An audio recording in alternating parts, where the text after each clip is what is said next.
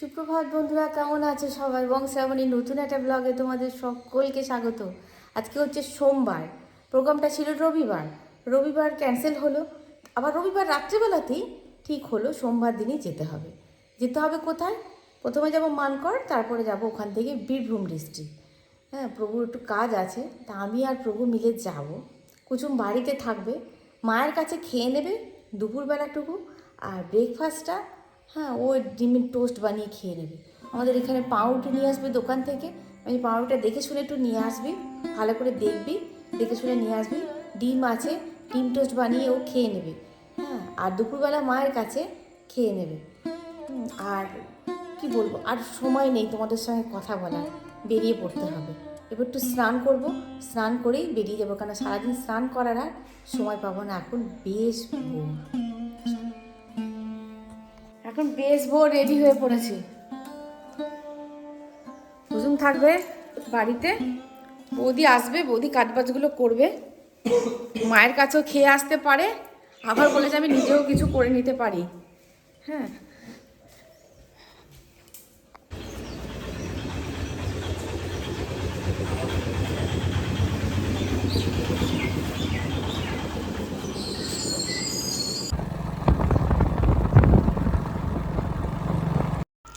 সবেমাত্র সূর্যটা মেঘ ফুঁড়ে ওপর দিকে উঠেছে। মেঘ বলতে কি, কুয়াশার মেঘ, একদম কুয়াশায় ঢাকা রাস্তা।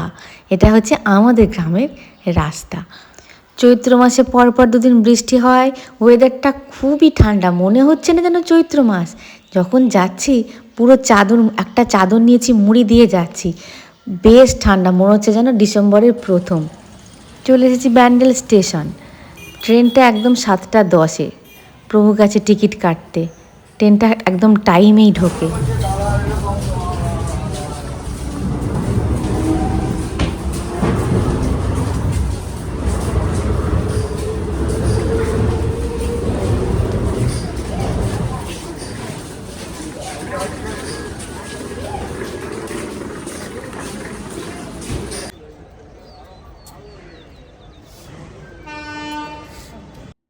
7:10-এ এত সকালে ট্রেন, ভেবেছিলাম ট্রেনটা বোধহয় একদম ফাঁকা ফাঁকাই যাবে, কেননা সুপারফাস্ট তো, সবাই হয়তো উঠবে না। ও বাবা, সে ধারণা ভুল।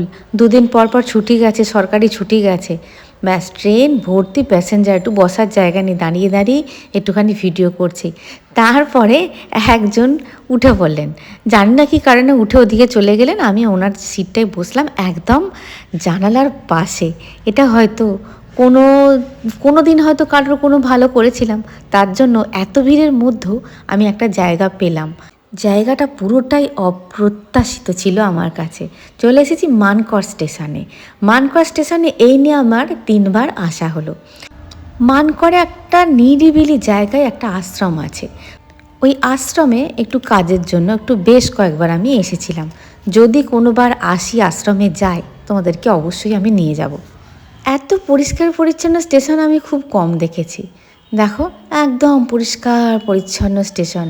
কে বলবে এটা আমার বাংলার মধ্যে অবস্থিত? ভাবতে খুব অবাক লাগে, বাংলার মধ্যে একটা স্টেশন, তাও আবার এত পরিষ্কার পরিচ্ছন্ন। যাক, স্টেশনটা বেশ ভালো, বেশ বড় স্টেশন, আর পরিষ্কার পরিচ্ছন্ন স্টেশনটা।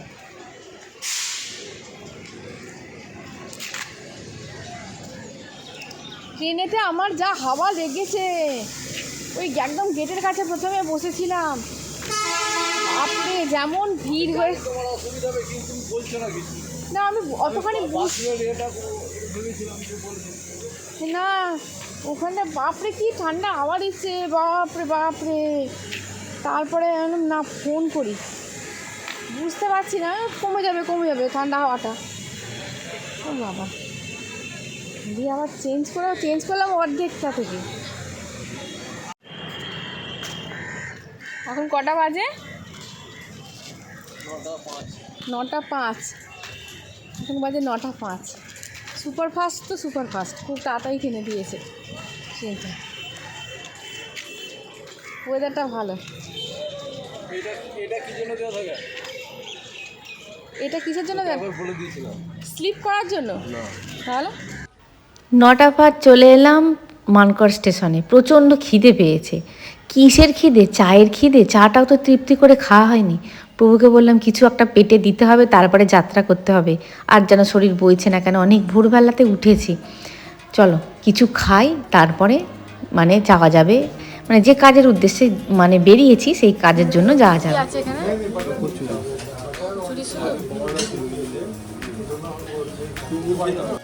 কি ভালো ভালো মিষ্টি, কিন্তু একটা মহিলা মালকিনী হিসেবে বসেছিলেন, ড্যাব ড্যাব করে চেয়েছিলেন বলে আমি তুলতে পারিনি জানো।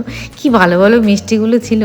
হ্যাঁ, আর এদিকে প্রভু খাচ্ছে কচুরি আর তরকারি, আর আমি খাচ্ছি দুটো মুড়ি এনেছিলাম বাড়ি থেকে, সেই মুড়ি দুটো খাচ্ছি। এরপর দুটো মিষ্টিও খেলাম। মিষ্টি খেয়ে উঠে পড়লাম, আমাদের যে বলা গাড়ি ছিল সেই গাড়িতে আমরা উঠে পড়লাম। এরপর যাচ্ছি বক্রেশ্বরের উদ্দেশ্যে। বক্রেশ্বরে যাব, তবে হ্যাঁ বক্রেশ্বরে যদি সময় পাই মন্দিরটা যাব, না হলে আজকে আর হয়তো হবে না।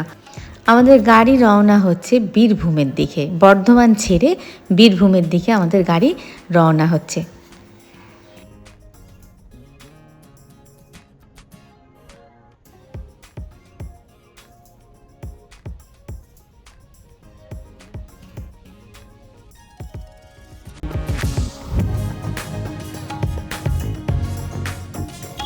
কি বৈচিত্র্যময় দেশ, মানে কি বলবো, কখনো মানে কি বলবো ফাঁকা মাঠ ফাঁকা, মানে মাঝে মাঝে একটা একটা বাড়ি, তাও আবার খুব অনুন্নত বাড়িগুলো, মাটির বাড়ি।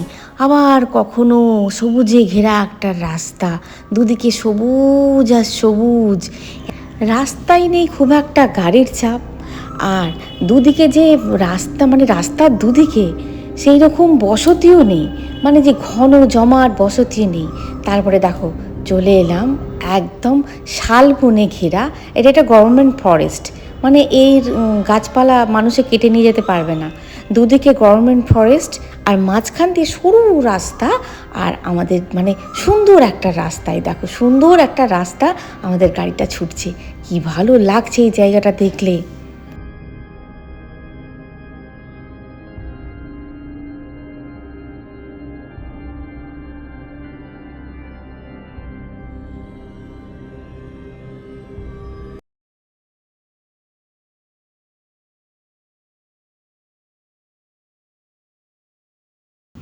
আমি ড্রাইভারটিকে জিজ্ঞাসা করছি যে বেশ শুটিং করার মতন জায়গা, দুদিকে এরকম জঙ্গল, বলছে আপনি যেতে পারবেন নাকি, প্রচুর সাপ, বিষধর নাকি এর ভিতরে সাপ আছে। আমি বললাম ওরে বাবারে, শুটিং করতে গিয়ে কাজ নেই। আর এই জায়গাটা থেকে তোমাদের মনে হচ্ছে না হীরক রাজার দেশে এইরকম একটা জায়গা দেখেছিলাম? দড়ি ধরে মারো টান, রাজা হবে খান খান, শেখার কোনো শেষ নাই, তাই শেখার ইচ্ছা বৃথা তাই, বাকি রাখা খাজনা মোটে ভালো কাজ না, শোনাও মন্ত্র, ভরপেট নাই খায়, রাজকোষ দেয়া চায়। আমার জীবনের সব থেকে মূল্যবান স্টোরি, মূল্যবান জিনিস হচ্ছে হীরক রাজার দেশে। ঠিক মনে হচ্ছিল এইখানটা এসে, ঠিক মনে হচ্ছিল কোথাও যেন দেখেছি। ব্যাস, হীরক রাজার গল্প শেষ, চলে এসেছি খেতে। প্রচণ্ড খিদে পেয়ে গেছে, কাজকর্ম মোটামুটি মিটেছে, তারপরে চলে এসেছি একটা হোটেলে খেতে। ওরে বাপরে কি চাপ, এখন বাজে 2:15 বাজে, কি চাপ। এই যে ভদ্রমহিলাকে দেখছো, ভদ্রমহিলা বাচ্চাটাকে টেবিলের ওপর তুলে দিয়েছে, বসিয়ে দিয়েছে, নিজেও খাচ্ছে, হ্যাঁ বাচ্চাটাকেও খাওয়াচ্ছিল। কি ভালো লাগছিল। যেমন পেয়েছি হোটেল এখানে, তেমন হোটেলেই ঢুকেছি, তেমন আহারেরই বন্দোবস্ত হয়েছে। একটা পাতলা ডাল খুঁজলে পাওয়া যাবে না, এঁচোড় আলুর তরকারি, এঁচোড় খুঁজলে পাওয়া যাবে না, আলুই সর্বস্ব, আর রসুন দেওয়া একটা কলমি শাক, যাকে মন্দ লাগেনি, খিদের পেটে ভালোই লেগেছে। আর আলু পোস্ত খুঁজলে পাওয়া যাবে না, শুধু আলুই আছে। আর একটু চাটনি পাঁপড় শেষে জুটেছিল।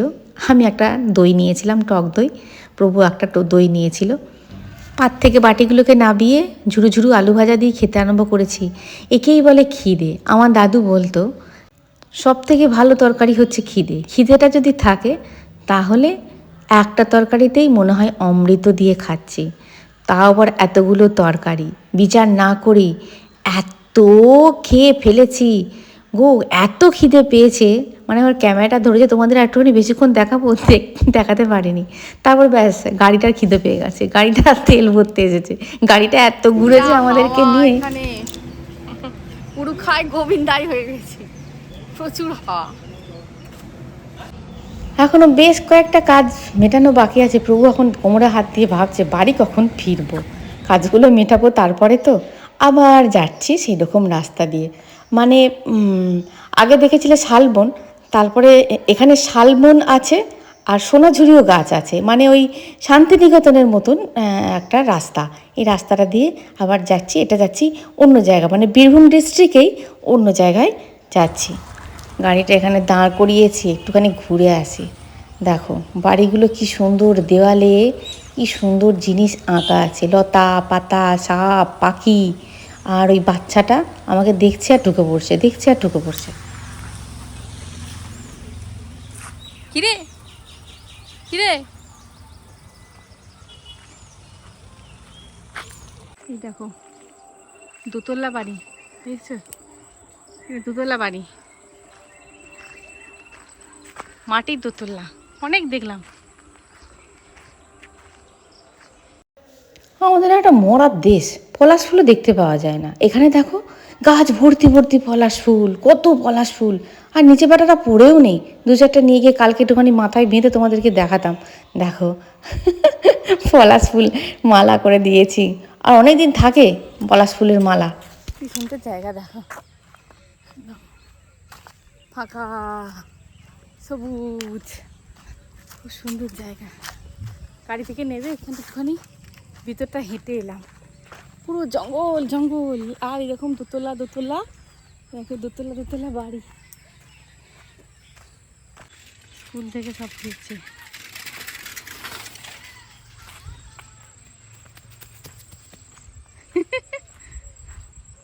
এখন সব স্কুল থেকে ফিরছে। প্রায় 4:45 বাজে। এরা সব সাইকেল নিয়েই যায় সব স্কুলে, দঙ্গল দঙ্গল। বাড়িগুলো দেখো কি সুন্দর, দেখো দোতলা, এটা দোতলা, ওইদিকে দোতলা, মাটির দোতলা। আমার তো দারুণ ভালো লাগে মাটির দোতলা। গাড়ি দাঁড়িয়ে আছে। অনেক দিন পর সেই বাঁকুড়াতে গেছিলাম যখন, তখন এই ফিলিংটা হয়েছিল। তারপরে বীরভূমে এসে একই ফিলিং হলো। এখানে মনে হচ্ছে যেন, হ্যাঁ মানে কি বলবো, থেমে গেছে, কোথাও একটা সময় গিয়ে থেমে গেছে। যেন আমার মনে হচ্ছিল প্রতিযোগিতার লড়াই নেই। জানি প্রতিযোগিতার লড়াই সব জায়গাতে আছে, যেখানে যেমন সেখানে তেমন। তাও মনে হচ্ছিল এখানে যেমন তেমন কৃত্রিম প্রতিযোগিতার লড়াই নেই। ওর এত আছে তো আমার লাগবে, আমি এটা করব, ওটা করব, সেটা করব। আমার তো মনে হচ্ছে যা পেয়েছি তাতেই আমার সন্তুষ্ট এখানকার মানুষেরা। কি যে ভালো লাগছে, পাখির ডাক, হ্যাঁ কোনো বাস গাড়ির সেই রকম কোলাহল নেই, কিছুই নেই, যানজট নেই। আর এই ডুবন্ত সূর্য কী ভালো লাগছে। আবার সেমন একটা রাস্তা দিয়ে যাচ্ছি, তবে হ্যাঁ বেশ বেলা পড়ে এসেছে, ওই জন্য ক্যামেরাটা একটুখানি হেজি হেজি লাগছে, মানে অন্ধকার অন্ধকার মতো লাগছে, আর মেঘলাও মতন করে এসেছে। সকালবেলা এই দোকানটা এসেছিলাম, এই দোকানটায় মিষ্টি খেয়েছিলাম, খুব ভালো লেগেছিল। ভাবলাম এই দোকানটা থেকে কুসুমের জন্য একটু মিষ্টি নিয়ে নিই। ওমা, দোকানের মিষ্টি সমস্ত ফুরিয়ে গেছে। বলছে নাকি 80 কিলোর ছানার মিষ্টি হয়েছিল, সব ফুরিয়ে গেছে। এখন শুধু বিক্রি হচ্ছে চপ, বেগুনি আর তোমার দেখো মিষ্টির দোকানে সব ফুরিয়ে গেছে। এই দোকানটায় কিন্তু সকালবেলা এসেছিলাম, ভর্তি মিষ্টি ছিল।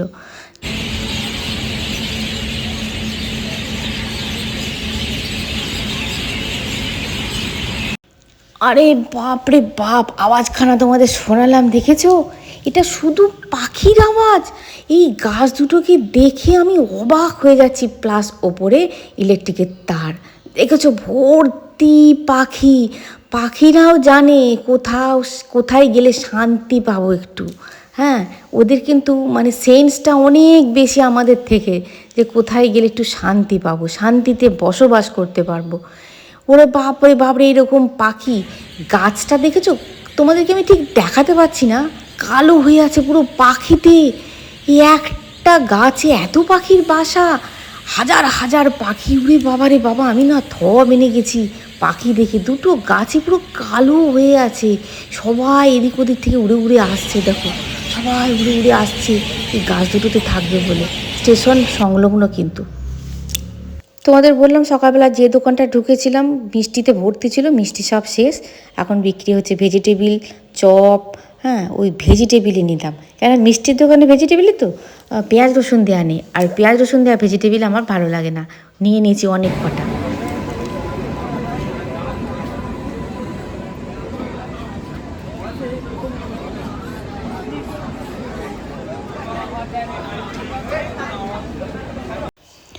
ফিরে পড়েছি বাড়িতে এসে একদম ক্লান্ত দেহটাকে নিয়ে যা হোক করে একটু আলুর তরকারি করলাম।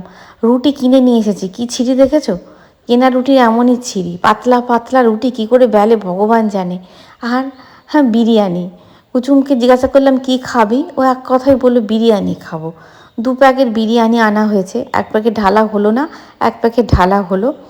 বললাম এটা এখন তুই খা, তারপরে বিরিয়ানিটা গরম ছিল ঠান্ডা হয়ে যাবে বলে বলে আমি পরে ঢালছি। আর এখানে নিয়ে আসা হয়েছে তোমার আমাদের এখানে ব্যান্ডেল কমলা আছে, ওখান থেকে আনা হয়েছে চানা মশলা আর রুমালি রুটি।